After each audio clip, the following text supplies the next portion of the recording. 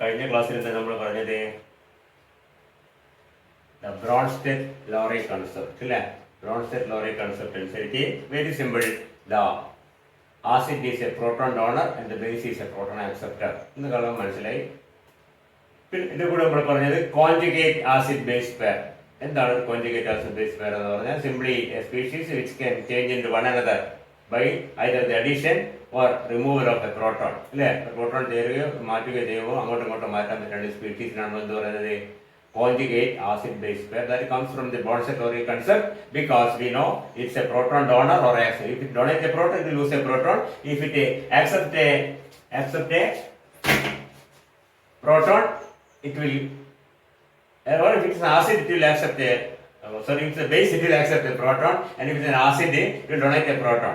അപ്പോൾ സ്വാഭാവികമായിട്ടും നിങ്ങൾക്ക് പ്രോട്ടോൺ ഡൊണേറ്റ് ചെയ്യോ അല്ലെങ്കിൽ അക്സെപ്റ്റ് ചെയ്യുകയോ ചെയ്യും. അപ്പോൾ അതിന് പ്രോട്ടോൺ അങ്ങോട്ടും ഇങ്ങോട്ടും കൊടുക്കുകയോ വാങ്ങുകയോ ചെയ്യുമ്പോൾ ഒരു സ്പീഷീസ് വേറെ സ്പീഷീസായി മാറും. ആ രണ്ട് സ്പീഷീസുകൾ തമ്മിൽ പറയുന്ന പേരാണ് കോൺജുഗേറ്റ്. നമുക്കറിയാം acid base pair. Isn't it? What is the conjugate acid? Conjugate acid is a defined for a base. If a base accepts a proton, it is converted into conjugate acid. If an acid donates a proton, it is converted into its conjugate base. You know, in the case of say water, you can see that H3O plus is the conjugate acid and OH minus is the conjugate base of water. Because water can act both as a proton donor and a proton donate ചെയ്താൽ OH minus മാറും, proton accept ചെയ്ത് കഴിഞ്ഞാൽ H3O plus ആയി മാറും. Then such substances are called as amphiprotic. അത് നമ്മൾ amphiprotic substances. ചില anions ഉണ്ട് നമുക്കറിയാം. Bisulfate പോലുള്ള anions HSO4 minus. HSO4 minus can accept a proton from H2SO4. There it acts as a base and HSO4 minus can donate a proton to form sulfate ion and there it is acting as a acid. ഇപ്പോൾ ഏത് species ആയാലും ഞാൻ നിങ്ങളോട് കഴിഞ്ഞ ക്ലാസ്സിൽ പറഞ്ഞിരുന്നു, ചിലപ്പോഴേ examination question പേപ്പറിൽ ഒന്നോ രണ്ടോ സ്പീഷീസിന്റെ കോൺജുഗേറ്റ് ആസിഡ് കോൺജുഗേറ്റ് ബേസ് പറയാൻ പറയും. സംബന്ധം വളരെ സിമ്പിളാണ്. ഒരു സ്പീഷീസിന്റെ കോൺജുഗേറ്റ് ആസിഡ് പറയാൻ പറഞ്ഞാൽ അത് സ്വയം എന്താണ് നമ്മൾ നോക്കേണ്ടത്. കോൺജുഗേറ്റ് ആസിഡ് പറയാൻ പറഞ്ഞാൽ എന്താ? എന്നോട് എച്ചും കൂടി കൂട്ടി ഒരു പോസിറ്റീവ് ചാർജ് എഴുതിയേക്കോ, എച്ച് പ്ലസ് കൂട്ടിയേക്കോ, whatever may be the molecule. Molecule X ആണെങ്കിൽ എന്താണ് എസ്, ഇങ്ങനെയോ അല്ലെങ്കിൽ എങ്ങനെയല്ലോ കുഴപ്പമില്ല. ഇങ്ങനെ എഴുതി കഴിഞ്ഞാൽ എന്തായി? അതിന്റെ കോൺജുഗേറ്റ് ആസിഡായി മാറി. അതേപോലെ സ്പീഷീസ് ആസിഡ് ആണെങ്കിൽ can see that yes, it is the conjugate base. Acid ആണെങ്കിൽ എന്താണ് എന്നോട് എച്ച് ഉണ്ട് എവിടെയെങ്കിലും, അല്ലാണ്ട് acid right on the conjugate base of this thing എന്നോട് എച്ചങ്ങ് കാണും. ആ എച്ചങ്ങ് റിമൂവ് ചെയ്ത് കളയാം. അപ്പൊ എന്തായി? അതിന്റെ കോൺജുഗേറ്റ് ബേസ് ആയി. വാട്ടറിൽ നിന്ന് എച്ച് റിമൂവ് ചെയ്ത് കോൺജുഗേറ്റ് ബേസ് ആയി, വാട്ടറിനോട് എച്ച് ചേർത്ത് H3O പ്ലസ് ആയി. മനസ്സിലാകുന്നല്ലോ? അത്രയേ ഉള്ളൂ. ഏത് സ്പീഷീസ് ആയാലും നമ്മൾ അതിനെപ്പറ്റി കൂലഘട്ടമായി ചിന്തിച്ചത് ബേസ് ആണോ ആസിഡ് ആണോ ആലോചിക്കൊന്നും വേണ്ട. If you asked what is the conjugate base of X, conjugate base of X is എക്സിൽ നിന്ന് ഒരു എച്ച് കുറക്കുക, എച്ച് പ്ലസ് ആണ്, അപ്പോൾ ഒരു നെഗറ്റീവ് ചാർജ് വരും. What is the conjugate weight of X? Conjugate acid of X. X into D or H കൂട്ടുക HX plus 9. അത്രയേ ഉള്ളൂ. വളരെ വളരെ simple. And we have also seen that yes, the strength of a conjugate acid base pair. If an acid is very strong, its conjugate base will be a weak base. Similarly, if a acid is weak, its conjugate acid will be strong. അതിന്റെ കാരണം നമുക്കറിയാം. ഒരു acid as per the Bronsted concept, an acid is a proton donor. The greater the tendency of the acid to donate a proton, the stronger is the acid. So, if a species has a great tendency to donate a proton, definitely that proton will not get back or will not go back to the remaining തിരിച്ച് സ്വീകരിക്കാൻ tendency, കൊടുക്കാനുള്ള tendency, തിരിച്ചെടുക്കാൻ tendency ഇല്ല എന്നർത്ഥം. എന്ന് പറഞ്ഞാൽ തിരിച്ച് H പ്ലസിനോടുള്ള affinity വളരെ കുറവാണ്. സ്ട്രോങ് ആസിഡ് ആണെങ്കിൽ പ്രോട്ടോൺ കൊടുക്കുന്നു, ബാക്കി വരുന്ന സ്പീഷീസിന് പ്രോട്ടോണെ റീഗെയിൻ ചെയ്യാൻ ടെൻഡൻസി കുറവാണ്, അത് വീക്ക് ബേസ് ആയിരിക്കും. അതേപോലെ തന്നെയാണ് ഒരു സ്ട്രോങ് ബേസ് ആണെങ്കിൽ എന്താ അർത്ഥം? എവിടെ നിങ്ങൾ പ്രോട്ടോൺ കിട്ടിയാൽ അതിനെ പിടിച്ചെടുക്കാൻ ശ്രമിക്കും എന്ന് പറഞ്ഞാൽ പിന്നെ പ്രോട്ടോണെ വിടാൻ എന്താണ്? അതിന് ബുദ്ധിമുട്ടാണ്. കിട്ടിക്കഴിഞ്ഞ് രക്ഷപ്പെട്ട്. അപ്പൊ എന്താണ്? സ്ട്രോങ് ബേസ് ആണ്, proton is add, it is converted to conjugate acid. That conjugate acid is a weak acid. Strong ബേസിന്റെ കോൺജുഗേറ്റ് ആസിഡ് വീക്ക് ആയിരിക്കും, ഒരു സ്ട്രോങ് ആസിഡിന്റെ കോൺജുഗേറ്റ് ബേസും വീക്ക് ആയിരിക്കും. തിരിച്ചും ഒരു വീക്ക് ആസിഡ് അങ്ങനെ എന്താ അർത്ഥം? Weak acid means it has little tendency or low tendency to lose a proton.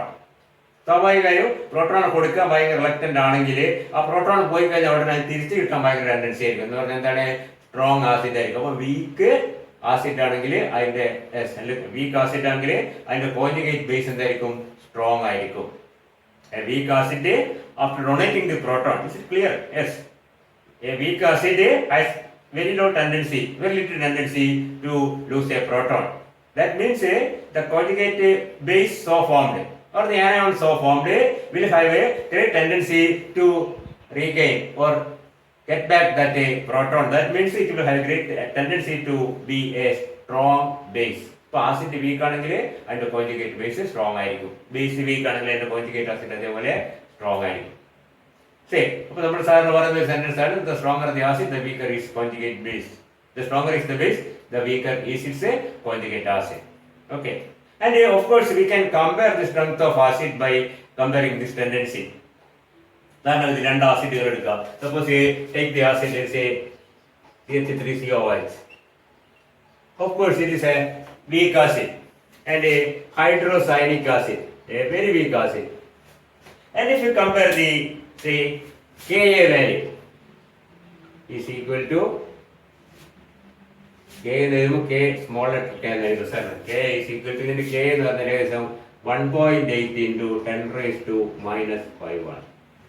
Hydrocyanic ആസിഡിന്റെ or ഹൈഡ്രോസൈനൈഡിന്റെ Ka value is equal to 4 into 10 raised to minus 10 ആണ്. അപ്പൊ ഇത് നമ്മൾ ഡിറ്റർമിൻ ചെയ്യുകയാണെങ്കിൽ you can compare the strength. നമുക്കറിയാം acetic ആസിഡും hydrocyanic acid രണ്ടും വീക്ക് ആസിഡ്. എന്താണ് Ka വാല്യൂ എന്ന് പറഞ്ഞാല് നമ്മൾ നേരത്തെ പഠിച്ചിട്ടുണ്ട്. Ka value is the acid dissociation constant, Ka. ഓർമ്മയുണ്ടാവോ? ഉണ്ടാവും അല്ലേ? If you consider A general acid, ഇതൊക്കെ നമ്മള് ഞാൻ നേരത്തെ പറഞ്ഞ പോലെ ജനറൽ നോളജിന്റെ ഭാഗത്ത് കെമിസ്ട്രിയുടെ ജനറൽ നോളജ് ആണ്. KPP Ka എന്നൊക്കെ പറഞ്ഞാൽ Ka ഒരു ആസിഡ് നമുക്ക് ഇങ്ങനെ എഴുതാം, as per the Bronsted acid, Ha will ionize into H plus A minus, or in water it will be H3O plus and A minus. അപ്പോൾ ഇവിടെ H2O കൂടി രണ്ടേ കുഴപ്പമൊന്നുമില്ല. In aqueous medium, the acid Ha will ionize into H3O plus and A minus. And it's an equilibrium reaction. And if acid is strong, we can say this will proceed almost to completion in the forward direction. And then if acid is weak, it will proceed to a small extent in the forward direction. Forward direction the strong acid or weak acid. If it has a strong tendency to lose a proton, that means this reaction will proceed almost to completion. If it is HCl or nitric acid or sulfuric acid, we can say that this reaction is proceeding in the forward direction almost completely. At the same time, if it is acetic acid or hydrocyanic acid, it will proceed in the forward direction only to a small extent. That means the remaining acetic acid or HCl will remain as unionized in water. Water dissolved with the ionized acetic acid വെള്ളത്തിൽ ലയിപ്പിച്ചു കഴിഞ്ഞാൽ acetic ആസിഡിന്റെ ചെറിയൊരു ശതമാനം molecule മാത്രമേ ionise ചെയ്യുന്നുള്ളൂ, മനസ്സിലാക്കുക. അതേസമയത്ത് hydrochloric acid ആണെങ്കിലോ ഏകദേശം 100% ഡൈലൂട്ട് സൊല്യൂഷൻ ആണെങ്കിൽ 100% അയണൈസേഷൻ നടക്കും, ഒന്നും ബാക്കി വരില്ല. മനസ്സിലായില്ലേ? ആ വ്യത്യാസം nitric acid and sulphuric acid dilute സൊല്യൂഷനിലാണെങ്കിൽ. Okay. And remember, we always study these reactions in dilute solutions. Are ഇങ്ങനത്തെ എല്ലാ equilibrium reactions കോൺസെൻട്രേറ്റ് സൊല്യൂഷൻ അല്ല. കോൺസെൻട്രേഷൻ കൂടുമ്പോൾ റിയാക്ടിവിറ്റിയിലൊക്കെ ഒരുപാട് വ്യത്യാസം വരും. അതിനനുസരിച്ച് നമ്മൾ കണക്കൂട്ടിലൊക്കെ തെറ്റും. അതുകൊണ്ട് എപ്പോഴും ഡൈലൂട്ട് സൊല്യൂഷനിലാണ് കാൽക്കുലേഷൻസ് നടത്തുന്നത്. അത് ശ്രദ്ധിക്കുക. ഇതൊക്കെ ജനറലായ കാര്യങ്ങളാണ് കേട്ടോ. അപ്പൊ ഇതിന്റെ ഇക്വിലിബ്രിയം കോൺസ്റ്റന്റ് എന്ന് പറഞ്ഞാൽ എന്താണ് നമുക്കറിയാം. K or the equilibrium constant for this reaction is equal to എന്താണ്? Yes, product of activity of the products. ഞാൻ സൈൻ ഒന്നും എഴുതുന്നില്ല തൽക്കാലം.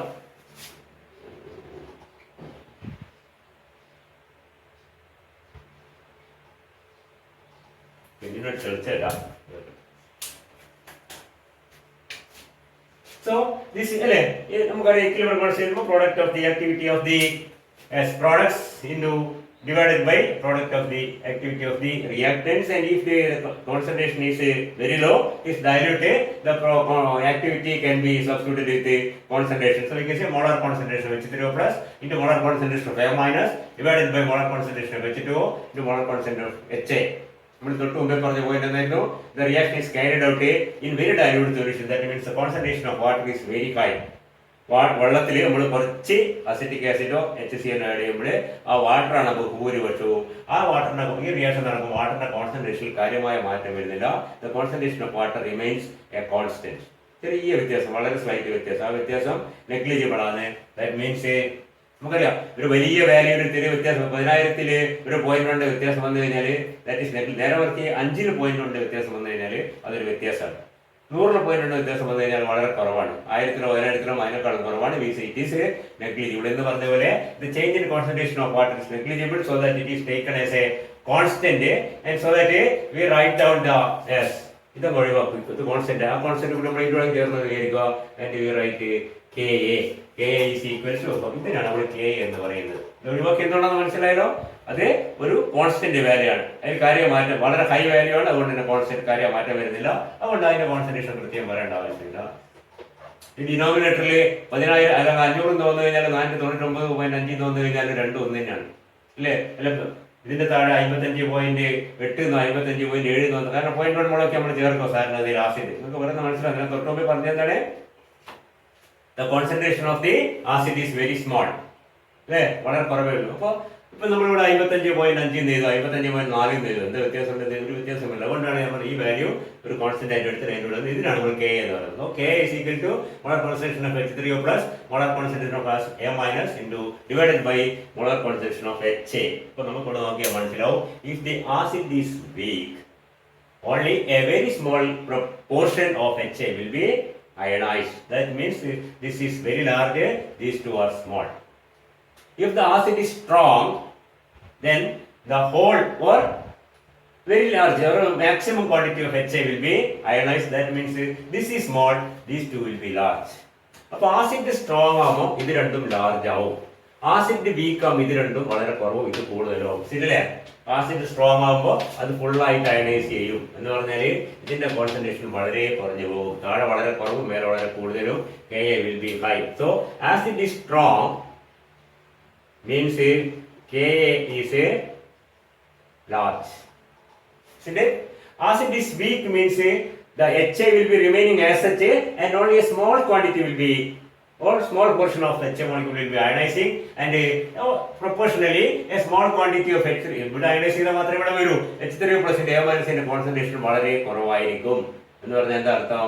ഇത് രണ്ടും വളരെ കുറവ്, ഇത് കൂടുതൽ എന്ന് പറഞ്ഞാൽ ഈ വാല്യൂ വളരെ കുറവായിരിക്കും. So if the acid is weak, we can say KA is small.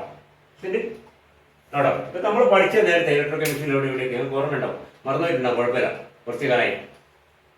അപ്പൊ അതാണ് KA. ഇവിടെ നോക്കിയേ, ഇതാ KA HCl ന്റെ KA എത്രയാണ്?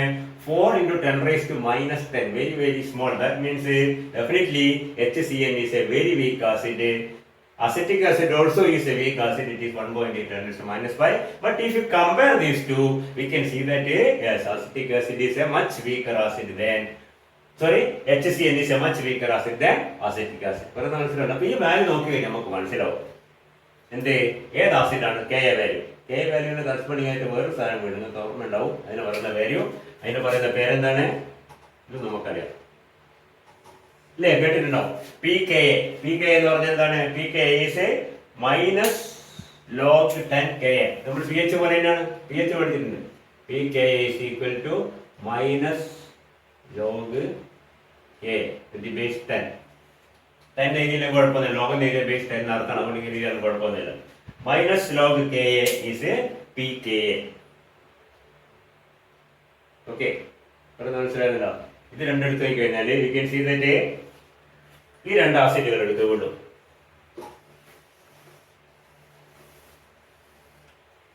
ഇത് ഞാൻ എന്റെ സൗകര്യത്തിന് വേണ്ടി ചെറിയ മാറ്റം വരുത്തുക, ഇപ്പൊ കണക്കൂട്ട എളുപ്പത്തിന് വേണ്ടി ഇത് രണ്ടും ഞാൻ ഒന്നും എടുക്കുക. 1 into 10 minus 5, 1 into 10 minus 10. അപ്പോഴും HCl വീക്കും ഇത് സ്ട്രോങ് തന്നെയാണ്, ചെറിയ മാറ്റമാണ്, ഇത് കണക്കൂട്ടാനുള്ള സൗകര്യത്തിനാണ്. ഇതിന്റെ PKA എന്ന് പറഞ്ഞാൽ എന്താണ്? PKA is minus log KA, minus log 10 raised to minus 5. Logarithm of 10 raised to minus 5 is minus 5 and minus of that will be yes 5 എന്ന് കിട്ടും. ഈ നമ്പറിന്റെ ലോഗിൽ കണക്കൂട്ടാൻ ബുദ്ധിമുട്ടായതുകൊണ്ടാണ് ഒഴിവാക്കിയത്, മനസ്സിലായല്ലോ? അത്രയേ ഉള്ളൂ, നോ പ്രോബ്ലം. അതേപോലെ ഇതിന്റെ പി കെ വാല്യൂ എത്രയാണ്? That is minus log 10 raised to minus 10 or minus of minus 10, that is equal to 10. അപ്പോൾ ഇത് ഒരു വീക്ക് ആസിഡ് ആണ്, ഇതും വീക്ക് ആസിഡ് ആണ്, സംശയമൊന്നുമില്ല. പക്ഷെ ഇത് ആസിഡിനെ സംബന്ധിച്ചിടത്തോളം ഇത് രണ്ടും കമ്പയർ ചെയ്ത് കഴിഞ്ഞാൽ this is a weaker acid than this one. അപ്പൊ ആസിഡ് കൂടുതൽ വീക്ക് ആകുമ്പോൾ കെ വാല്യൂ കുറവായിരിക്കും, പക്ഷെ പി കെ വാല്യൂ എന്താണ്? കൂടുതൽ ശ്രദ്ധിക്കുക, P K is negative of S log A. Log A എടുത്തിരുന്നെങ്കിൽ ഇങ്ങനെ ഒന്ന് -5 ഒന്ന് -10 വരുമായിരുന്നു, കുഴപ്പമില്ല, കുറവായിരുന്നു. മൈനസ് ലോഗ് എടുക്കുമ്പോൾ എന്തായി നേരെ തിരിച്ചു വരും. We can see that pKa of a weak acid will be higher than a strong acid. ഇത് രണ്ടും കമ്പയർ ചെയ്യുമ്പോൾ സ്ട്രോങ് ആസിഡ് ഇത് വീക്ക് ആസിഡ് ആണ്, ഇതിന്റെ pK കമ്പയർ ചെയ്ത് കഴിഞ്ഞാൽ അപ്പോൾ ഒരു കാര്യം ശ്രദ്ധിക്കുക, നമ്മൾ ഇതിന് വരുന്നില്ലെങ്കിലും വളരെ ശ്രദ്ധിക്കുക. എന്താണ്, പല സ്ഥലത്തും നമുക്ക് ആവശ്യം വരും.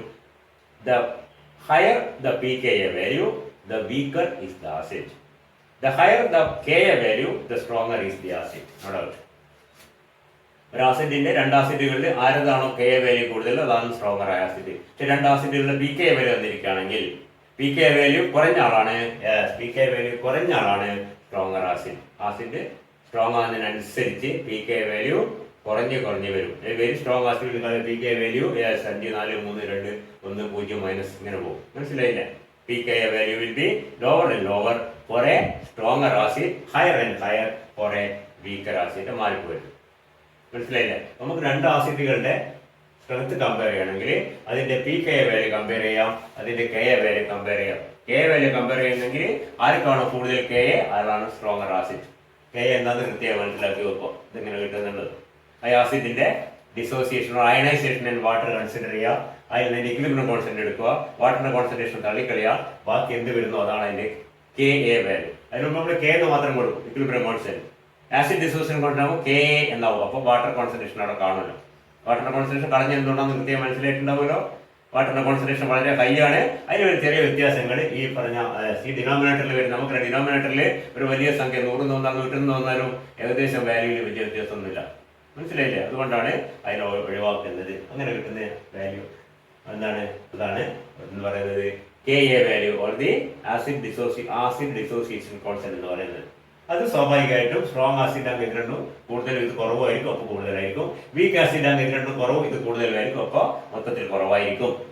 ഇപ്പോൾ കെ എ വാല്യൂ കൂടുമ്പോൾ ആസിഡ് അല്ലെങ്കിൽ ആസിഡിന്റെ സ്ട്രെങ്ത് കൂടുമ്പോൾ, അങ്ങനെയാണ് പറയേണ്ടത്, തിരിച്ചല്ല. ആസിഡ് സ്ട്രെങ്ത് കൂടുമ്പോൾ കെ എ വാല്യൂ കൂടും, ആ സ്ട്രെങ്ത് കുറയുമ്പോൾ കെ എ വാല്യൂ കുറയും. പി കെ എന്ന് പറഞ്ഞാൽ കെ ന്റെ വേറൊരു വേർഷൻ ആണ്, അതിന് മൈനസ് ലോഗ് കെ. നമ്മൾ പി എച്ച് പഠിച്ച് പി എച്ച് ആസിഡ് സ്ട്രോങ് ആകുന്നതിനനുസരിച്ച് പി എച്ച് കുറഞ്ഞു വരിക.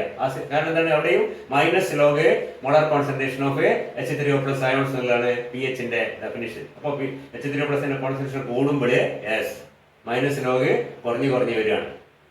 ആസിഡ് സൊല്യൂഷനിൽ ആസിഡിന്റെ സ്ട്രെങ്ത് കൂടുന്നതിനനുസരിച്ച് അതിന്റെ പി എച്ച് കൂടുതൽ അസിഡിക് ആകുന്നതിനനുസരിച്ച് അതിന്റെ പി എച്ച് എന്താണ്? കുറഞ്ഞു വരികയാണ്. പി എച്ച് 7 താഴെയാണ്, 7 കൂടുതൽ ബേസിക് നമ്മൾ പഠിച്ചിട്ടുണ്ട് അല്ലേ? നമുക്കറിയാം, ഇതൊക്കെ നമ്മൾ നേരത്തെ അറിയുന്ന കാര്യമാണ്. അപ്പൊ ഈ കാര്യങ്ങൾ ശ്രദ്ധിക്കുക. എന്താണ് കെ എ വാല്യൂ, എന്താണ് പി കെ വാല്യൂ, എങ്ങനെയാണ് ആസിഡിന്റെ രണ്ട് ആസിഡിന്റെ കെ വാല്യൂ തന്നത് നമുക്ക് എന്ത് പറയാം? വീക്കർ ആസിഡ് എന്താ കാണുന്നത്? ഇതിൽ നിന്ന് മനസ്സിലാകുന്നത് എന്താണ്? ഇത് ഒരു സ്ട്രോങ്ങർ പ്രോട്ടോൺ ഡോണർ ആണ്, ഇതൊരു വീക്കർ പ്രോട്ടോൺ ഡോണർ ചെയ്താൽ മാത്രമേ ഇതിങ്ങനെയായി മാറും അല്ലേ? എച്ച് ഈ വാട്ടർ പ്രോട്ടോൺ കൊടുത്താലാണ് അത് A- H3O+ ആയി മാറും.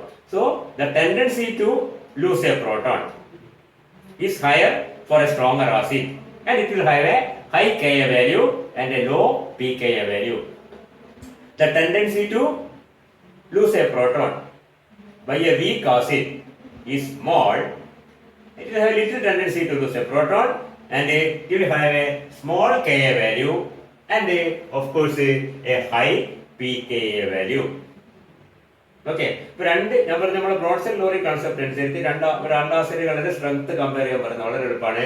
അതിന്റെ കെ എയോ പി കെയോ നമ്മൾ നോക്കി കമ്പയർ ചെയ്യാം. ഇത് നമുക്ക് ഡിറ്റർമിൻ ചെയ്യാൻ പറ്റും equilibrium constant.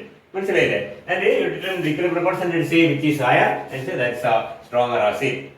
That acid has a greater tendency to lose a proton. Okay.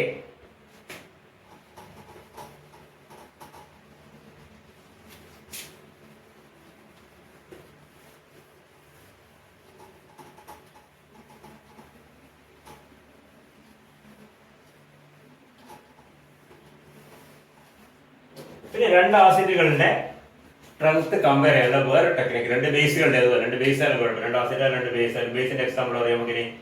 See that is called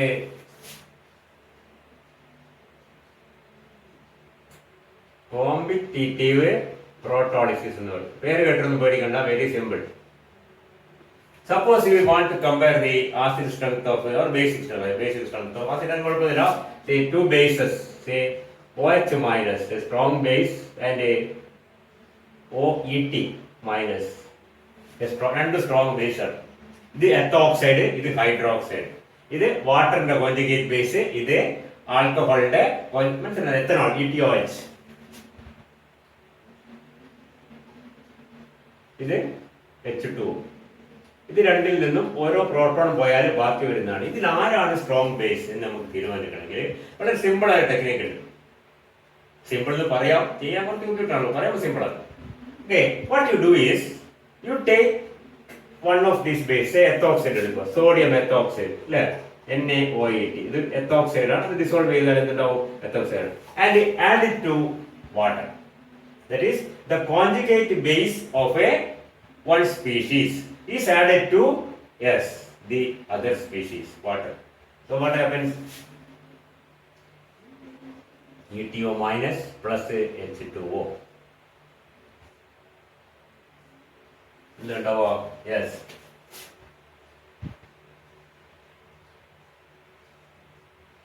The line is like this. ETOH and a OH minus.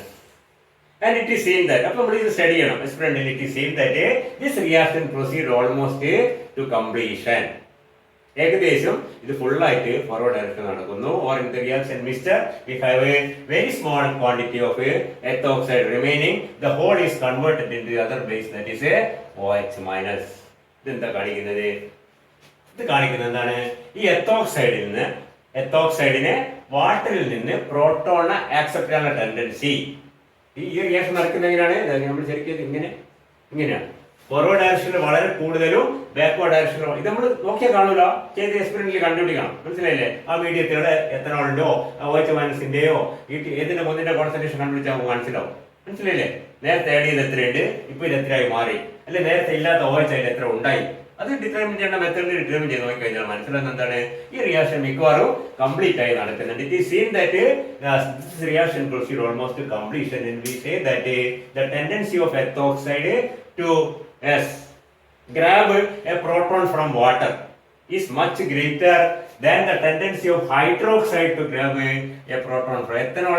OH മൈനസിന് proton എടുക്കാൻ ശ്രമിച്ചാൽ വല്ല മോനെ തരൂല എന്ന് പറയും. അതേ സമയത്തോ എത്തോക്സൈഡ് പോയിട്ട് വാട്ടറിൽ നിന്ന് പ്രോട്ടോൺ എടുക്കാൻ ശ്രമിച്ചാലോ റെഡി എടുത്തു എന്ന് പറയും. കാരണം എന്താണ്? This is a strong base. അത് പിടിച്ചേക്കാനുള്ള കാര്യത്തിൽ ഇയാൾക്കില്ല. എന്താ അർത്ഥം? Ethoxide is a stronger base than hydroxide. Hydroxide stronger base ആയിരുന്നെങ്കിൽ റിയാക്ഷൻ എങ്ങനെയാണ് നടക്കുക? റിയാക്ഷൻ നടക്കുക ഇങ്ങനെയായിരിക്കും ചിലപ്പോഴും. മനസ്സിലായില്ലേ? ഫോർവേഡ് ഡയറക്ഷനിൽ വളരെ കുറവും ബാക്ക്വേർഡ് ഡയറക്ഷനിൽ വളരെ കൂടുതലായിരിക്കും. കാരണം ക്ലിയർ ആണ് നിങ്ങൾക്ക്? Very clear. Because ethoxide is grabbing or taking away a proton from water, and hydroxide cannot take away a proton from ethanol. സാധ്യത വളരെ കുറവാണ്. അതുകൊണ്ടാണ് റിവേഴ്സ് ഡയറക്ഷനിൽ വളരെ കുറച്ച് മാത്രം റിയാക്ഷൻ നടക്കുന്നത്. എന്ന് പറഞ്ഞാൽ എന്താ അർത്ഥം? ethoxide is a stronger base than hydroxide. Ethoxide is a stronger base than hydroxide means ethanol is a weaker acid than water. The stronger the base, the weaker is its conjugate acid. Ethoxide conjugate acid ആരാണ്? Ethanol ആണ്. പറയുന്നത് മനസ്സിലാണെങ്കിൽ അപ്പൊ നമ്മൾ എന്താ compare ഇപ്പൊ ചെയ്തിരിക്കുന്നത്? നമ്മൾ എത്തോക്സൈഡിന്റെയും ഹൈഡ്രോക്സൈഡിന്റെയും basic strength compare ചെയ്തു. അതേ സമയത്ത് തന്നെ എത്തനോളിന്റെയും വാട്ടറിന്റെയും ആസിഡ് സ്ട്രെങ്ത്തും കാണും. അപ്പൊ ഒരു ആസിഡിന്റെ ബേസിന്റെ സ്ട്രെങ്ത് കമ്പയർ ആണ് നമ്മൾ ചെയ്യുന്ന ഒരു മെത്തേഡ്. അതിന് പറയുന്ന പേരാണ് competitive protolysis. Generally we can see the conjugate base of one species is added to the other. രണ്ട് സ്പീഷീസിന്റെ ആസിഡ് സ്ട്രെങ്ത് കാണാൻ പറഞ്ഞാല് ഒരു ബേസിന്റെ ഏതെങ്കിലും ഒന്നിന്റെ കോഞ്ചുഗേറ്റ് ബേസ് എടുത്ത് മറ്റേലേക്ക് ഇടും. നമ്മൾ തിരിച്ച് നമുക്ക് ചെയ്യാം. ഏതിന് നമുക്കറിയാം? നമ്മൾ എത്തനോൾ എടുക്കുക, എത്തനോൾ എടുത്തിട്ട് അതിലേക്ക് NaOH കുറച്ച് ഒന്നും നടക്കൂല. കാര്യമായിട്ട് വളരെ കുറച്ച് മാത്രം എത്തോക്സൈഡ് അതിലുണ്ടാവും, വളരെ കുറച്ച്. അപ്പോൾ ഇതിന്റെ സ്ഥിതി reaction proceeding in the forward direction. നമുക്ക് ഇത് രണ്ടും ചെയ്യാം. നമ്മളിപ്പോ എന്താ പറഞ്ഞത്? ശ്രദ്ധിക്കുക, പറയുന്ന സെന്റൻസ് ശ്രദ്ധിക്കുക. The conjugate base, we are going to compare the acid strength of ethanol and water. What are we going to do? We take the conjugate base of one species and add it to the other acid. നമ്മൾ രണ്ട് acid ഉള്ള വാട്ടറും എത്തനോളും നമ്മൾ conjugate base of one species ethoxide എടുക്കണമെന്നില്ല, hydroxide എടുക്കാം. Hydroxide എടുത്തിട്ട് നമ്മൾ എത്തനോളെ കിട്ടി കഴിഞ്ഞാൽ എന്താ നടക്കേണ്ടത്? ഹൈഡ്രോക്സൈഡ് ബേസ് ആണെങ്കിൽ ഇത് എത്തനോളിൽ നിന്ന് പ്രോട്ടോണിനെ ഗ്രാബ് ചെയ്യണം, എടുത്തുകൊണ്ട് പോകണം. എന്നിട്ട് എത്തോക്സൈഡും വാട്ടറുമായി മാറണം. ആ മാറുന്നത് എന്താണ്? എക്സ്റ്റന്റ് വളരെ കുറവാണെന്ന് മനസ്സിലാവും നമുക്ക്. മനസ്സിലായില്ലേ? Very small quantity. ഇതല്ല ഇത്. ഓക്കെ, ആ ഇക്വിലിബ്രിയം മിക്സറിൽ എന്താ ഉണ്ടാവുക? കുറച്ച് എത്തനോള്, കുറച്ച് വാട്ടർ, കുറച്ച് എത്തോക്സൈഡ്, കൂടുതൽ എത്തനോള്, കൂടുതൽ ഹൈഡ്രോക്സൈഡ്. റിയാക്ഷൻ നടന്നിട്ടില്ല. നമ്മൾ എന്താ ചെയ്തിരിക്കുന്നത്? പറയുന്നത് ക്ലിയർ ഉണ്ടല്ലോ. എത്തനോളിലേക്ക് OH മൈനസ് ഇടുകയാണ്. എത്തനോളിൽ OH മൈനസ് ഇട്ട് പോകുമ്പോൾ കാണുന്നത് എന്താണ്? OH മൈനസിന് എത്തനോളിൽ നിന്ന് പ്രോട്ടോണെ സ്വീകരിക്കാൻ ഇച്ചിരി ബുദ്ധിമുട്ടുണ്ട്, അത്ര എളുപ്പമല്ല. ദാറ്റ് മീൻസ് യെസ്, ഇതിനോട് പിടിച്ചേക്കാനുള്ള കാര്യത്തിൽ ഇതിനില്ല എന്ന് പറഞ്ഞാല് ഇത് വീക്ക് ബേസ് ആണ്. അപ്പോഴേ ഇവനാണ് സ്ട്രോങ്ങർ ബേസ്. രണ്ടായാലും ശരിയില്ല, രണ്ടായാലും ശരിയാണ്. നമുക്ക് രണ്ടും ഒന്നിക്കരെ വാട്ടറിലേക്ക് എത്തോക്സൈഡ് ഇടാം, അല്ലെ എത്തനോളിലേക്ക് ഹൈഡ്രോക്സൈഡ് ഇടാം. രണ്ടായാലും ഇക്വിലിബ്രിയം സ്റ്റഡി ചെയ്യുമ്പോൾ കാണുന്നത് എന്താണ്? Yes, major species present is yes, ethanol and hydroxide. Hydroxide strong base ആയിരുന്നെങ്കിൽ അത് എത്തനോളിൽ നിന്ന് ബേസ് OH-നെ എടുത്തുകൊണ്ട് പോയി കൂടുതൽ എത്തോക്സൈഡിൽ ഉണ്ടാവുന്നില്ല. അതിനർത്ഥം വളരെ ക്ലിയർ ആണ്. എന്താണ്? എത്തോക്സൈഡും ഹൈഡ്രോക്സൈഡും കമ്പയർ ചെയ്യുമ്പോൾ ഹൈഡ്രോക്സൈഡ് വീക്ക് ബേസ് ആണ്, എത്തോക്സൈഡ് സ്ട്രോങ് ബേസ് ആണ്. എത്തോക്സൈഡ് സ്ട്രോങ് ബേസ് ആയതുകൊണ്ട് തന്നെ എത്തനോള് വീക്ക് ആസിഡ് ആണ്. വാട്ടറിന്റെയും എത്തനോളിന്റെയും ആസിഡ് സ്ട്രെങ്ത് കമ്പയർ ചെയ്യും. ആസിഡ് സ്ട്രെങ്ത് പറഞ്ഞാൽ എന്താണ്? വാട്ടറിന്റെയും എത്തനോളിന്റെയും പ്രോട്ടോൺ ഡൊണേറ്റിംഗ് എബിലിറ്റി കമ്പയർ ചെയ്യുമ്പോൾ എന്താ കാണുന്നത്? Water is a stronger proton donor than ethanol. Ethanol is weak, that's why ethoxide is a strong base. നമ്മൾ നേരത്തെ ശ്രദ്ധിക്കുക, ദ വീക്കർ ദി ആസിഡ്, ഇവിടുത്തെ ആസിഡ് എത്തനോൾ ആണ്, the stronger is its conjugate base. Absolute ആയിട്ട് പറഞ്ഞു കഴിഞ്ഞാൽ എന്താണ്? എത്തനോളിൽ നിന്ന് H+ വിടാൻ എത്തനോളിന് ടെൻഡൻസി കുറവാണ്. വാട്ടറിന് H+ വിടാൻ ടെൻഡൻസി കമ്പയർ ചെയ്യുമ്പോൾ the tendency of water to lose H+ is greater than the tendency of ethanol to lose H+. That is why we say ethanol is a weaker acid compared to water. Parane clear ayo? That is a competitive to compare the acid strength of two species. Parane clear ayo? Okay.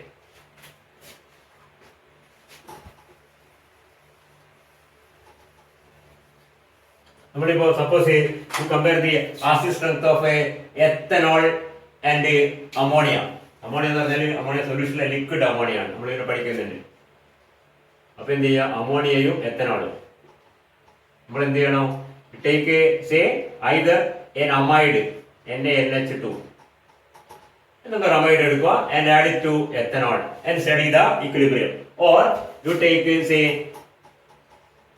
sodium ethoxide and add it to liquid ammonia. Ammonia solution അല്ല, liquid ammonia തണുപ്പിച്ച് compress ചെയ്തിരിക്കുന്ന liquid ആണ്. എന്നിട്ട് അതിന് equilibrium study ചെയ്യാം. രണ്ടായാലും നമുക്ക് എന്ത് ചെയ്യാം? We can compare. എന്നിട്ട് ആ ഇക്വിലിബ്രിയത്തിൽ നോക്കുക ഏത് സ്പീഷീസ് ആണ്, എത്തോക്സൈഡ് ആണോ അമൈഡ് ആണോ കൂടുതൽ ഉള്ളത്. അതിനനുസരിച്ച് നമുക്ക് ആരാണ് കൂടുതൽ സ്ട്രോങ് ബേസ് എന്ന് പറയാൻ പറ്റും. കൂടുതലുള്ള ആൾ വീക്കാണ്, മറ്റേ എന്താവും? മറ്റേ പ്രോട്ടോൺ എടുത്തിട്ട് അതിന് ആസിഡായി മാറും. മനസ്സിലായി? ഇവിടെ കൂടുതലുള്ള ഹൈഡ്രോക്സൈഡ് ആണ്, എത്തോക്സൈഡ് അല്ല. പറഞ്ഞ് ക്ലിയർ ആയോ? അപ്പൊ അങ്ങനെ നമുക്ക് ഏതെങ്കിലും രണ്ട് ആസിഡിന്റെ സ്ട്രെങ്ത് കമ്പയർ ചെയ്യാം by the method of called competitive protolysis. Adding the conjugate base of one species to the other species and study the equilibrium and find out the relative concentration of the species and make the correct judgment which is stronger or which is weaker. Clear? Okay.